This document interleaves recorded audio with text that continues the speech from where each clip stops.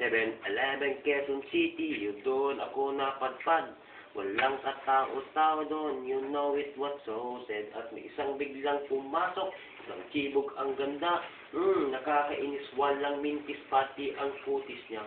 Mata niya ay kulay brown, meron siyang brace sa ngipin. Kamukha siya ni Frida at bigla mong iisipin. Katawan niya 36, 34, 24. Sa anong paraan kaya ako makakiscore? Magaling siyang pumorma, suot niya ay hanging skirt. Nang dumukot siya ng pera, umangat ang kanyang skirt. Kaya ako'y biglang nagsabi, "Hey girl, I like your style." Siya'y kumagat at kumindat at nagpakit ng smile. Tinanong niya, "Hey Andrew, Andrew E. O, you Bora?" Sinagot niya, "My name's Andrew E. is binibirot siya, binibirot siya. Binibirot siya." You know what? Talagang type na type ko siya. Binibirot siya, binibirot siya. You know what? Lag ako sa beauty na. So, katapos ng isang linggo, wala kalain nyo. Si binibirot siya ay nakita ko sa disco at ako ay nagulat sa aking nakuna. Oh my God! Ang kasama niya ay lima-lima. Ang sabi ko, "Hey Bini, can you still remember me?" At ako ay napasigaw ng Andrew E.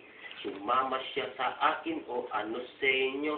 So lumabas kami ng disco, sumakay sa kanyang Pajero. Sa Pajero pala, pinahiram naman ko na. Pilit niya aking haplos ay aking damang-damawa. Ang lamig sa Pajero, ngunit siya'y hat na hat.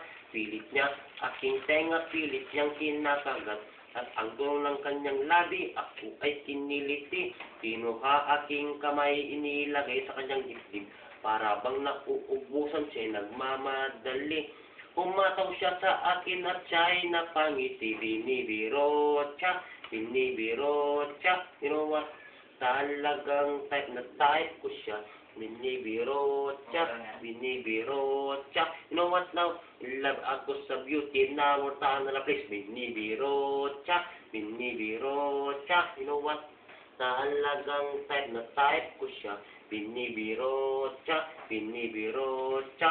You know what now? Love ako sa beauty na break it down.